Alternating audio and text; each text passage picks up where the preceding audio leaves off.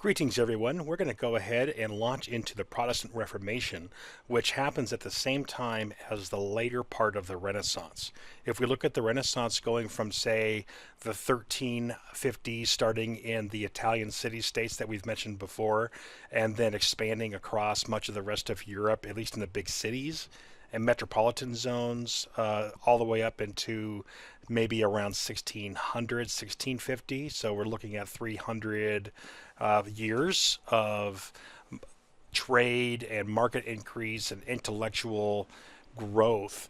Then we're also going to look at the fact that as people start to communicate with each other more than they ever have since, say, the Roman Empire fell, and since people are communicating with each other about ideas such as philosophies and individual concepts of being, and we start looking at things like challenging what the church has always said, right? And what the church has said is pretty specific when it comes to people questioning science. You have someone like Galileo who says that he sees planets in the sky using a telescope, and that around those planets are moons, and those moons go around the planets. And because none of that is spoken of in the Bible, the Catholic Church's response is, you're going too far. We don't want to hear about this, and you're causing people to be interested in things outside of salvation, outside of worship, outside of their belief in the church. You're causing them to question what the church has told them. And one of the major phrases that the church used at the time and through the Middle Ages even as to why there are planets or dinosaur bones or special phenomena that happen up in the sky, like Halley's Comet or something like that, was that God sent those as messages, or God sent those as forms of amusement, but that they were not real things. Certainly nothing for humans to be concerned about. There are even passages in the Bible that talk about this a little bit. The point being is that, well, if people are curious and they start to discover new ideas and new sciences and new concepts of being, even start to question the way governments work in the feudal ages, then perhaps people will question what the church has always said too, which is to basically prop up those old structures that folks may not be too into anymore. And so we're going to talk about people basically challenging the church. At the same time, they're challenging governments and they're challenging old world ideas of religion and science and society. So right here, we're continuing on with our study by looking at the production of a brand new Renaissance era based upon Greek and Roman architectural styles, a cathedral called St. Peter's Cathedral. It's being built in Rome because the church, as we enter into the 1400s, is losing the interest of very wealthy patrons, because wealthy patrons, the people that really have the money, are collecting works of art from Renaissance artists, and they're having people come to their chapels that are in their estates. And at the same time, when people go to worship the Catholic faith at these outside of church property chapels on the estates of the Medicis or somebody else, then they're also able to go and see the artworks that have been commissioned from Renaissance artists like Da Vinci and Raphael and more. What that means is that the church needs to find a way to be relevant. It needs to show that it is a modern institution, that it can evolve into attracting people to it. We've talked a little bit in the last lecture about St. Peter's Church when we talked about the Sistine Chapel, right, and that kind of artwork, and there were many more like that, many more commissioned works of art by the church to just get people to come to churches to see these Renaissance artworks instead of always just going to wealthy households where people had commissioned these things. Basically, the church is fighting against nobility for supremacy, as both sides are trying to show how cool they are with their knowledge and employment of the new Renaissance artistic era. So here we are looking at St. Peter's Cathedral, which is there today. It's the house of the Pope. It's the center of church activity for the Catholic Church. So when we look at this, we're looking at this beautiful, I guess if you like, Renaissance artwork, right? Beautiful facility. This was very expensive to build. It cost so much to build this that the church needed to raise money. And the nobles weren't necessarily putting as much money in as they used to because they're doing their own thing now. People are questioning some of the things that the church had said, and people are starting to wonder about the church's role in society, and folks are starting to kind of do their own thing, individualism, right? Where they're talking about what they can do, and they're bringing people to their households, to their estates, to their amusements, and folks aren't just they're just not going to the church as much anymore because the church has gotten frankly dull and boring. So the church is trying to modernize. Well, one of the things that's happening at the same exact time, okay, that St. Peter's Cathedral is being built, is this guy comes along. We've talked about him already. This is Johann Gutenberg. The previous centuries had challenged the church or things that the church had done. And they would do this in a small town somewhere. And in that small town, they would be tried and usually executed for having committed heresy, for challenging the church, and only a few people in that town would hear about it because communication really didn't travel around. Well, what happens if there's a person protesting what the church is doing, whatever that is, some kind of corruption, when there's mass media? And we've talked about this. You may know his name already. Johann Gutenberg, 1456, same time that the cathedral, St. Peter's Cathedral, is going up. And Johann Gutenberg has this printing press, right? It's the first real working printing press that can mass produce with great accuracy the printed word. And he wasn't intending to cause a stir. I don't think he knew how much of a change in the world he was going to make with this thing.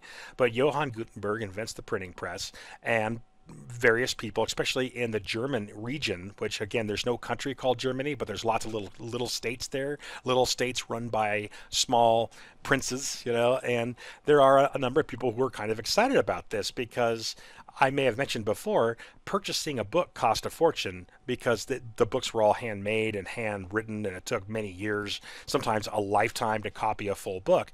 Well, what if Gutenberg could take a $10,000 book and spend 2 months making 100 copies of it using his printing press, and those books now cost like $20? You know what I mean? That's mass media right there for their age anyway. It's the same thing as the internet is going to do to us.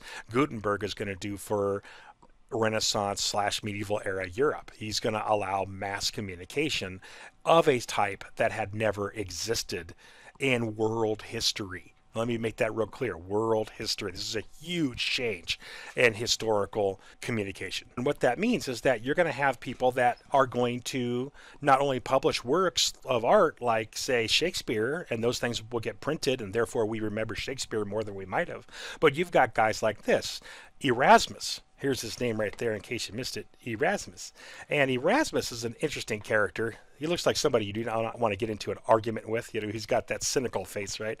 Erasmus is a Catholic priest who believed in the need to reform the church. So the church has just gotten really kind of bogged down and bloated with a lot of sycophants, with people that weren't really religious. They were just kind of using the church for their own money, for their own income, for their own means, but they weren't really Christians, that sort of thing. We've heard this kind of complaint before. And this is something we've talked about already. Erasmus writing about the folly and hypocrisy of church leaders and uneducated Christians, of which he sees a lot. So he's a Catholic priest who is challenging the church, and the church can't do much about it because he's able to get this thing printed, not handwritten, but printed, which means thousands of people are going to have a chance to read it.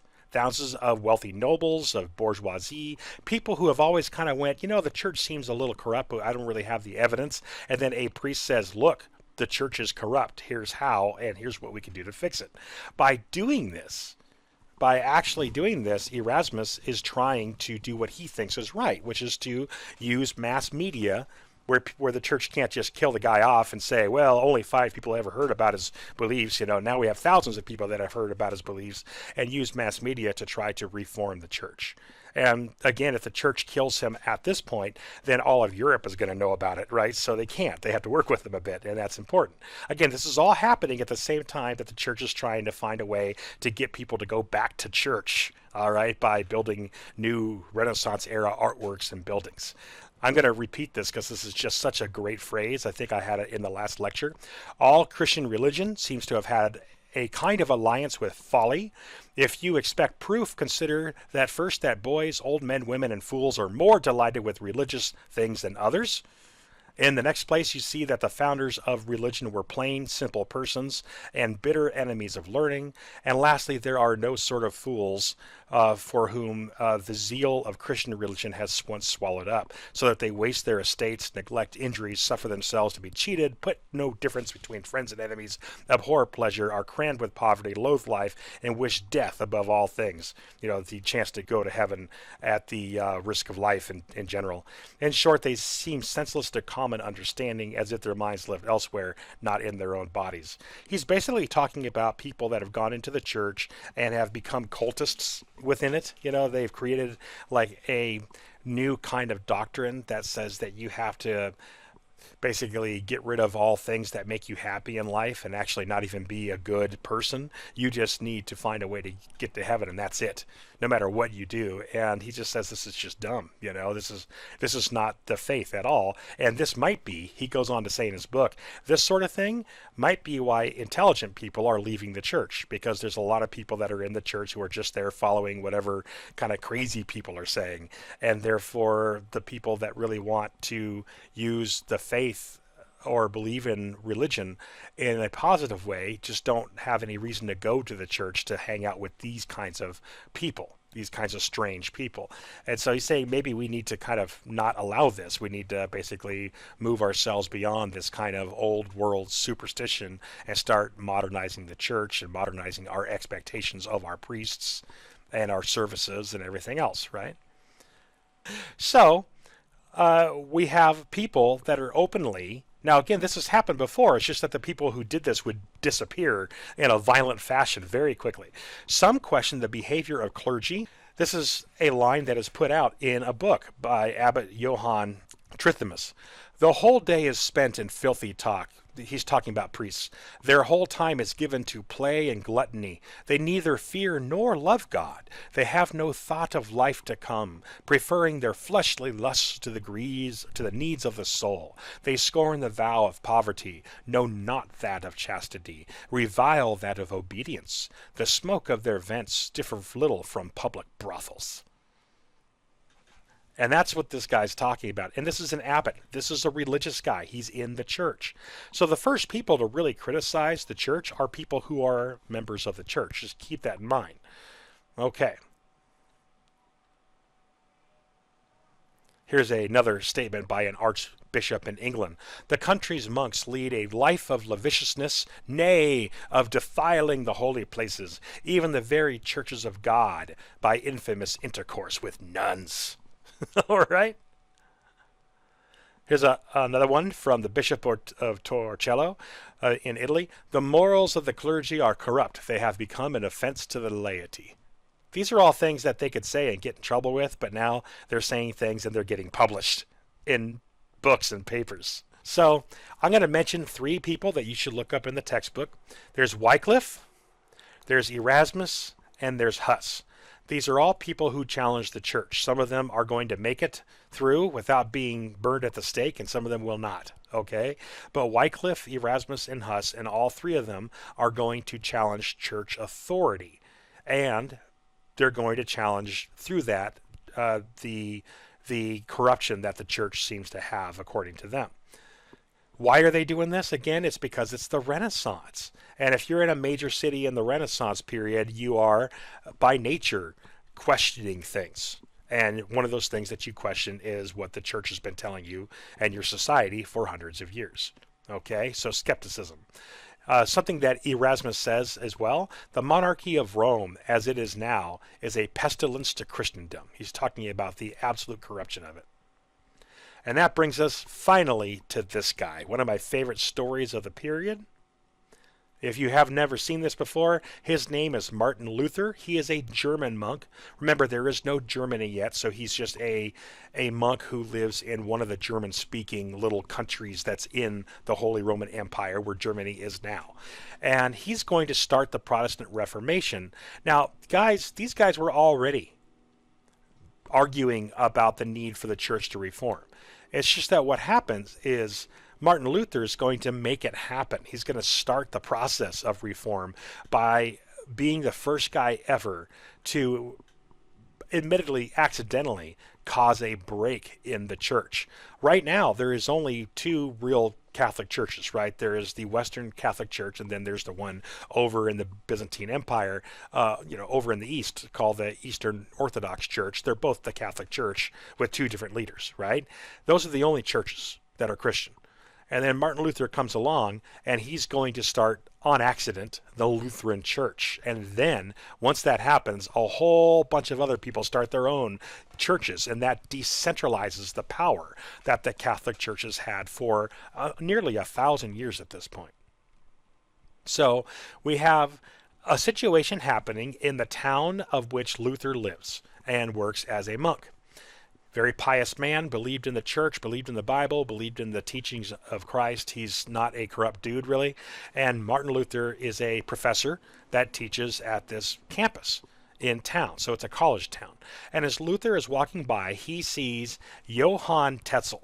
Okay, Johann Tetzel, also known as John Tetzel if you translate the Johann. But Johann Tetzel has been sent by the church to go to a town that Luther lives in. And there's a bunch of different priests doing the same thing.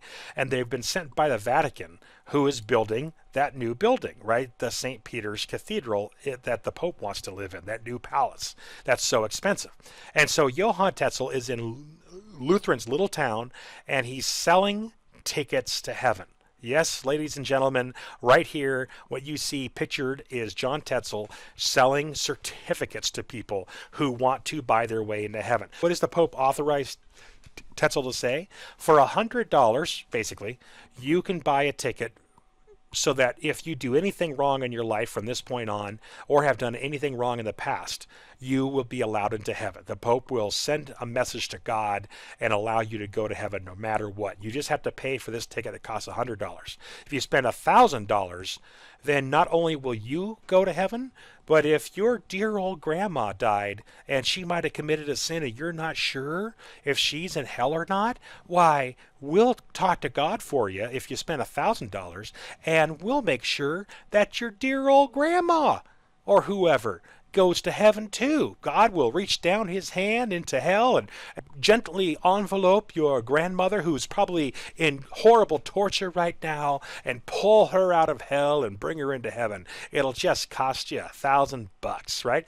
That's the sort of thing that Johann Tetzel is selling, and a bunch of different priests are selling this stuff to make money for the church so that the church can continue building Renaissance era stuff to attract people to come back to the church. It is corruption on a supreme level. And Luther just goes nuts, okay? He's so mad about this. So it's 1517. I love this guy so much. Luther is going to go back to his room, all right, his little chamber in the college that he taught at. And Luther is so mad that he spends a couple of weeks.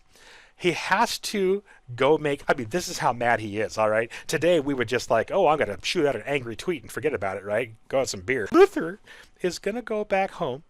He's going to have to make about 90 pieces of paper by hand, okay? Because that's how you made paper. And then he has to go out and get the stuff to make ink. It's just these plant stuff. He has to go buy all that and make a ton of ink. He has to get a bunch of feathers that he can turn into quills and write with, the whole deal. And then he angrily handwrites on this paper that he had to make himself, right? He angrily handwrites 95 different papers. These theses are basically arguments, 95 different papers as to why the church is now wrong and corrupt. He spends a lot of time writing about John Tetzel and the indulgences, but he also talks a lot about some of the other things that he's seen the church do that he thinks is just terrible, and the church needs to get better at this. It needs to reform.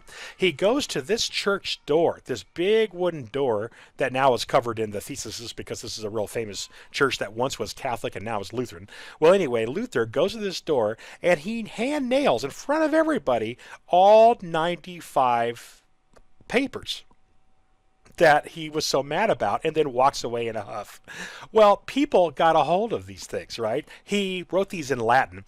People got a hold of these and translated them into the language that everybody else spoke in the area called German. Now, the only people that spoke Latin back then were priests. So Luther was writing really to the priesthood, why he was so angry. But, and to college students and stuff who were all learning Latin too.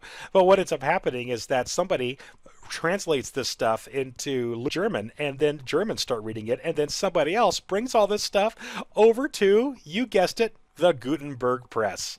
This happens a little while later, because remember, this all got published in 1517. So less than half a century later, all of Luther's angry stuff has been translated and spread around by hand, but then it gets republished. There's a resurgence of it in the 1450s when his work is printed and distributed, all the arguments against the church. So starting in 1417, you have an angry Luther, and then by the 1450s, you've actually got his 95 theses spread throughout Western Europe that people are reading it going, my God, Luther might be right. The church is wrong, is corrupt. Interesting.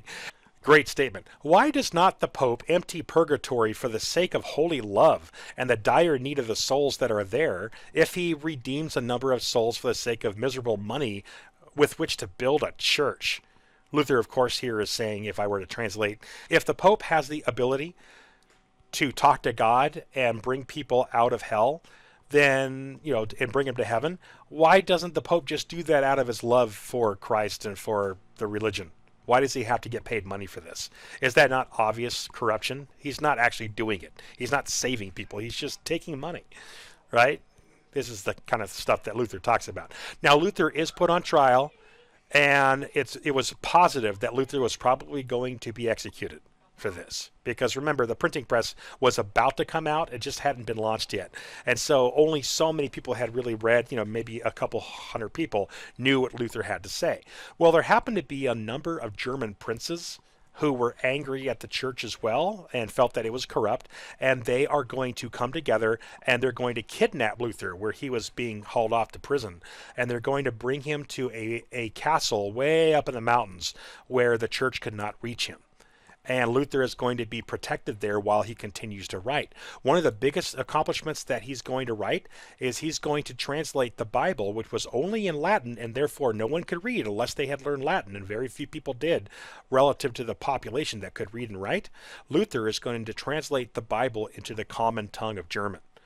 And when he does that, by the time he's done, the printing press is out, and it gets mass produced in German, which means that the Catholic faith and everything that's in the Bible is now open to the public, as opposed to having a priest who says, well, here's what God says you should do, and then make something up, by reading some passages in Latin and no one knows what he's saying. It just sounds like magic. Well, now Luther has translated the Bible into a common tongue, and then it gets mass produced by that printing press, and we have the beginning of the real Reformation at that point, because people are deciding for themselves what the Bible says they should be doing as good Christians, as opposed to letting the priest tell them. Isn't that something else? These words, just and justice of God, were a thunderbolt to my conscience. Soon had the thought that God's justice ought to be a salvation of every believer. Therefore, it is God's justice which saves us. And these words become a sweeter message for me. This knowledge of the Holy Spirit gave me on the privy in the tower. I love this phrase. Luther was like this a lot. I was on the toilet one day, and I had these ideas that I needed to channel God's justice and help the church reform itself. Come on! That's what privy means, a toilet. All right? So in 1520, the church is going to kick Luther out of the church. They're going to make him a civilian instead of a monk. And in 1521, he is declared an outlaw at a court trial, which means he can be executed. When that happens, that's when he's kidnapped by German priests or German nobles and taken into the mountains where he's protected. This guy is dangerous to the church. Well, look at this. This is, if you look at this color right here, this kind of peach color, this is the people that basically take up the idea of Lutheranism, and they're going to start worshiping a different form of Christianity. They're not going to worship Luther. They're just going to start to basically decide how they want to believe in the faith in Christianity. And that means that they're basically breaking away from the church and creating their own church. And hence we have the followers of Martin Luther, the Lutheran Church, which is still around today.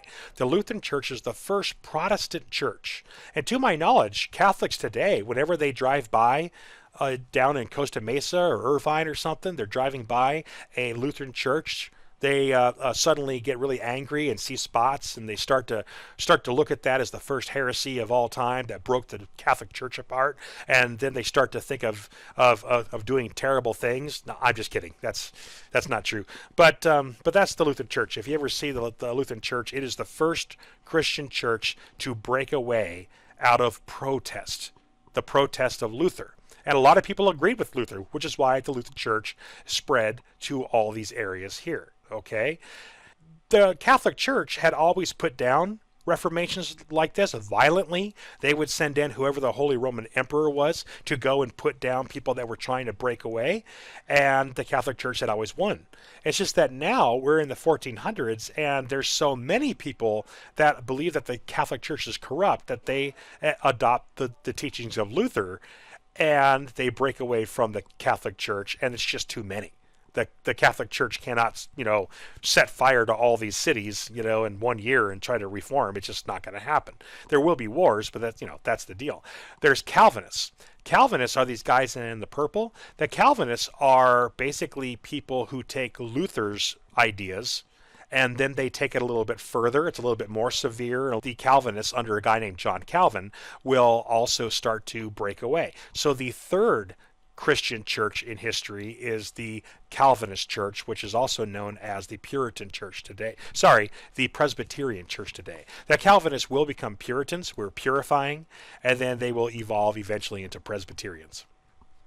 You're going to see the fourth break with the church, and that fourth break is going to be here in England, where the king, a guy named Henry VIII, for his own reasons that we'll talk about in a second, is going to actually kick out the Catholic Church so that he can get a divorce and marry an English gal that was his mistress at the time, and to do that he had to make up his own religion. So there's going to be a faith called the Church of England that's created in 1536. So that's the fourth Protestant church.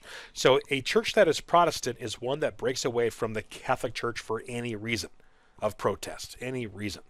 The Orthodox Church was already the one that broke away and just created its own version of Catholicism. So it's still Catholic. It's not Protestant, really. And then, of course, the Muslim faith is way over here. So this is what we're looking at. Europe is basically fracturing during the Renaissance because people are thinking and talking and the printing press comes out, right? Really popular amongst the nobility and kings. Why? Well, remember, one of the biggest fights in medieval history, the ones that always made the history books, was when a king tried to challenge church authority in their own kingdom. Well, the Lutheran faith gives kings the opportunity to do that. If you want to convert to Lutheranism, then you're basically kicking out the church while telling your people, look, Luther has told us that the church is corrupt. He's proven it. So has Erasmus and Hess and all these other reformers. And kings can overthrow the Catholic Church in their kingdoms for the first time and basically rule with more power without that pope that's always there trying to maintain power over the leader. So Lutheranism is really the first time that nobles are able to break away en masse from the power of the Catholics. And that happens a lot right here in that Holy Roman Empire that is made up of all those little different German-speaking countries. All right, all these little countries that are now parts of Germany and Hungary and Austria and Switzerland. These little countries are going to be fighting over whether they should be Catholic or Lutheran. And they're fighting because the nobility really loves the idea of using the Lutheran protest to break away. And we finally get to good old King Henry VIII. Look at that guy. Yeah, massive man. 1534, the Protestant Reformation began with Luther in 1517. So in 1534, Henry VIII is married to Catherine of Aragon. Catherine is a queen. Let me put her up here. This is Catherine of Aragon right here. She was married to him when they were children because arranged marriages. Catherine of Aragon is the queen of England, and she is Spanish. Does not even speak English at all. She is Spanish. Why did King Henry get married to Catherine of Aragon? Because the most powerful, and we're not going to get into this semester, but this is something we start with really when we get to History 185. Catherine of Aragon is from the most powerful country in Europe at the time, by the time we get to the 1500s. Catherine of Aragon is the most powerful queen of the time by the time we get to the 1500s. She is a daughter of the most powerful monarchy. That monarchy is Spain, which at this very time is in the middle of conquering South America for Spain. The whole Columbus story has happened already in 1492. Pizarro and Cortez have both already done what they were going to do, right? Their conquest of Mesoamerica, the Aztecs and the Incas, all that gold and the Columbian exchange, the spices, the silver, all that is coming into the Spanish Empire, which makes Spain the most powerful kingdom in the world by the time we get to 1530. And that's why Henry VIII is married to Catherine of Aragon, because, you know, if you're the king of a little island nation, actually part of an island nation, then you need all the help that you can get. So you're going to get married to a princess of the most powerful country in the world. Here's the thing. She didn't give him any sons, and Henry blamed her for that, not himself, but blamed her. And therefore, he was also dating on the side a mistress called Anne Boleyn, a woman that the English people loved, and a woman that Henry VIII truly loved as well, at least for a while. And Henry VIII really wanted to get rid of Catherine of Aragon, but to do so would be to basically insult the most powerful empire that the world had, which of course was the Spanish Empire that was in existence at the time. So Henry VIII couldn't. The Catholic Church would not let him get a divorce. They still frown on that for a lot of reasons. And also, there's no way that politically Henry VIII could divorce Catherine of Aragon without really taking off the most powerful Catholic nation in the world, Spain. So he had to figure out how to do it, because he really wanted to marry Anne Boleyn, who had promised him sons if he would marry Anne instead of and somehow get rid of Catherine. So Henry VIII has to figure out what to do. So guess what's happening at the same time? The Reformation. People are breaking away from the Catholic Church because they believe it is corrupt and also want to get some power for themselves. How do they do it? They cry, reform. So here's the time date stamp, right? Martin Luther, 95 theses are hammered up on that church door in 1517, which begins the Reformation. The printing press comes out some years later, and the 95 Theses and a German copy of the Bible that Luther wrote is going to be published, along with a whole bunch of other protesting reform calls. All right.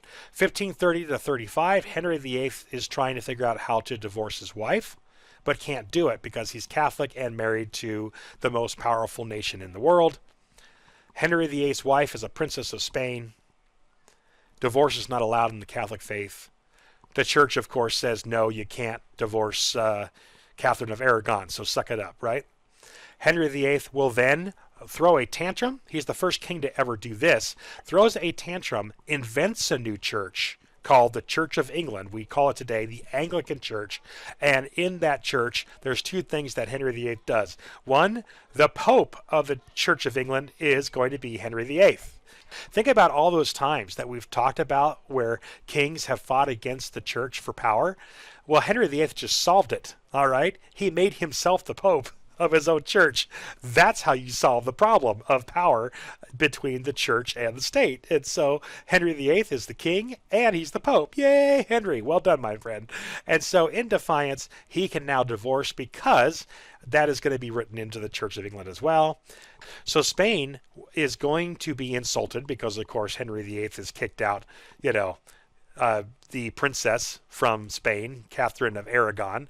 And of course, Spain is a Catholic nation, and it is really angry that England has kicked out the Catholic faith in return for Henry VIII taking over power and papal duties for himself. So Spain is the most powerful nation in Europe at this time, so it declares economic sanctions against England and basically tells all other European countries that they cannot trade with England. And therefore, England is going to go broke, you guys. Henry VIII, when he dies, his kingdom is basically under siege thanks to Spain and the Catholic Church. His kingdom is under siege, and no one is trading with England because Spain has said you're not allowed to trade with England until they become Catholic again. And Henry VIII is going to die the king of a very poor island nation. But he has set the foundation for a very different kind of world. Henry VIII creates the England that is going to be this Protestant mercantilist nation that moves into the future, that is no longer beholden to the old world. England is not going to be Catholic. It's not going to be stuck with the old ideals of the Catholic Church because of this guy. And what that means, you guys, is that Henry VIII is going to set the foundations for a future empire of Britain.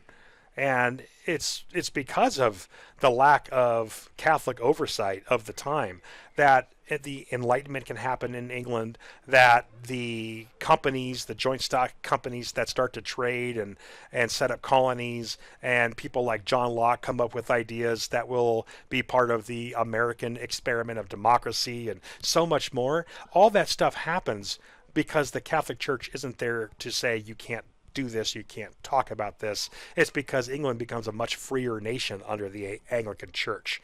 And we have this guy to thank for it because he wanted to get a divorce and marry a cute English gal. So there's this thing called the Counter-Reformation, where the church is going to do everything it can to try to take back the territory that had broken away and became Lutheran or Calvinist or what have you. So there's going to be the formation of the Jesuit order, which is intended to be the kind of a militant order of the Catholics, and it is part of the Counter-Reformation. If you've heard of the Inquisition, these are the guys that are basically doing it, okay? They are the Inquisition, and their job is to, whether they're going with colonists to the New World or they're going with armies that are trying to take back Protestant territories and turn them back into Catholic territories, these are the guys that are trying to root out what they consider to be an evil, which is the heresy of those that don't agree with the Catholic Church. They famously torture people like crazy throughout Europe to try to force them to go back to being Catholic and to basically scare everybody else into becoming Catholic. The Jesuits are not considered to be very nice people historically. Eventually they're banned by the church because they ultimately fail. So between 1517 and 1648, they're going to have a lot of civil wars that happen. I'm going to mention what some of these are. 1555, there's this Peace of Augsburg, which ended a civil war between the Lutherans and the Catholics in the Holy Roman Empire, meaning that all these different little countries that are in what is now Germany and Switzerland and Austria and Hungary, all these little kingdoms fought each other over whether or not they would be Protestant or Catholic. It was just a bunch of religious crusading warfare, very violent, very deadly, very awful. And in 1555, the Peace of Augsburg ends it, and basically you don't have a solution. You know, some of them are Protestant and some of them are Catholic. It was really bad. Here's an image of the slaughters in the streets of one of the cities where this civil war happened. In 1598, another civil war was ended between the Catholics and the French Huguenots. The Huguenots are what the French called Protestants. So if you were non-Catholic but you were Christian, you were called a Huguenot. All right, so in 1598, the Edict of Nantes is when the French actually said, okay, if you're Protestant, you get to live here too. Darn it, we tried to kill you. We killed thousands of Huguenots, but there's still people that are fighting for the right to be Protestant. And then my favorite word in all history, you guys, defenestration. In 1618, in the city of Prague, some Catholic priests came into the city council. And the Catholic priests basically were doing some annoying things like taking their masks off and saying that COVID was fake. Just kidding. But these Catholic priests came in and they were challenging the Lutheran leadership of the town of Prague, which was Lutheran at the time. And so what happened was those two Catholic priests were defenestrated. You guys, the definition of defenestrated, to be defenestrated is to be thrown out a window. They were just thrown out a window. They weren't even hurt bad. They walked away, all right, these priests. But those priests were so angry that they went and complained. And what ended up happening was an army was raised, and it began a 30-year civil war. another one. This is the third one because I mentioned the end of two other ones that we didn't talk much about. The 30 Years' War is a 30-year civil war in the Holy Roman Empire. These are all the different countries of the Holy Roman Empire. Right? Germany is not Germany, for instance. It's hundreds of little countries. All these little countries are going to end up being invaded by the larger countries that live on the outside, like Poland and France. Even Sweden is going to get involved in Russia. And these countries are going to invade, take over parts of the Holy Roman Empire because they're all just these little fighting states. And they're going to pick either the Catholic or the Protestant side, fund the German people to fight each other while those bigger countries basically raid for supplies. Lumber, copper, tin, iron. There's a lot of resources that happen to be inside of this territory. So there's 30 years of warfare that's really fueled by Catholic and Protestant nobles from outside of this region right here. And in this time, over 8 million German-speaking people are going to kill each other during the 30 Years' War that has started when two priests are defenestrated out of a window in Prague. You guys, it's your job now to be the really annoying history people, and you need to go to a window at your house or home or your car, throw something out of it. Please don't litter much. Throw something out of it and say, I have defenestrated that blank, whatever that is, and watch people look at you and go, what the what? You said I defenestrated. It has been defenestrated. And that means you threw it out a window. Dun, dun, dun. There's a word for everything, you guys.